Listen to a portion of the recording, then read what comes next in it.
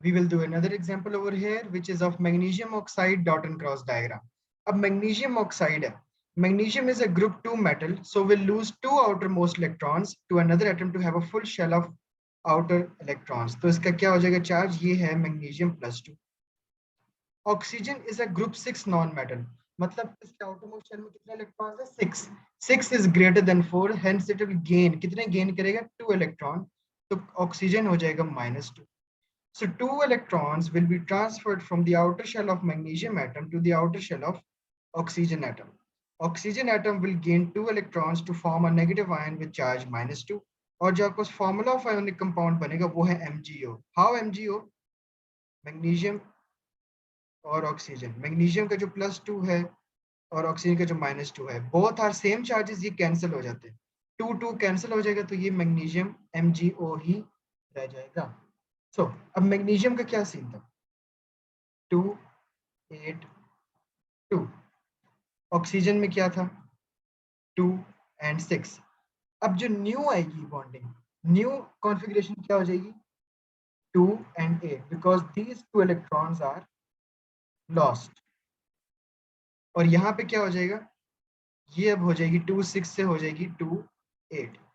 ये भी 2 8 हो गया है by losing 2 electrons और ये भी 2 8 हो गया है by gaining 2 electrons. Now you only have to show the outermost shell while drawing the diagram. अब magnesium के अंदर new outermost shell कौन सा है? This is the outermost shell which you have to display. ये तो खत्म हो गया ना because the 2 electrons have been lost. तो ये आपने display कर दिए 8 electrons. ऑक्सीजन का outermost shell कौन सा है? New one. ये वाला है ना? So you have to display this one over here, but you have to show that these 2 electrons were actually given by magnesium's outermost shell. Magnesium का जो outermost shell था उसने इसको ये 2 electron दिए थे. Are you getting my point?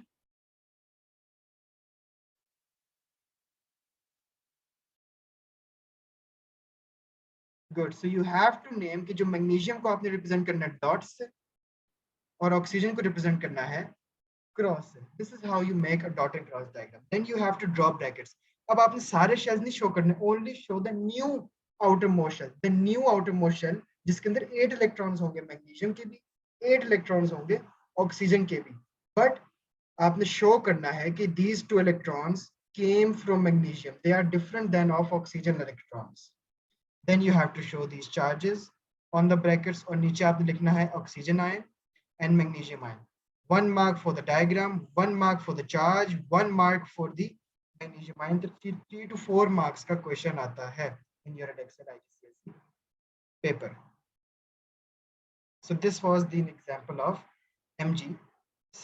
magnesium oxide और इसका ionic formula क्या हो जाएगा ionic compound का? MgO.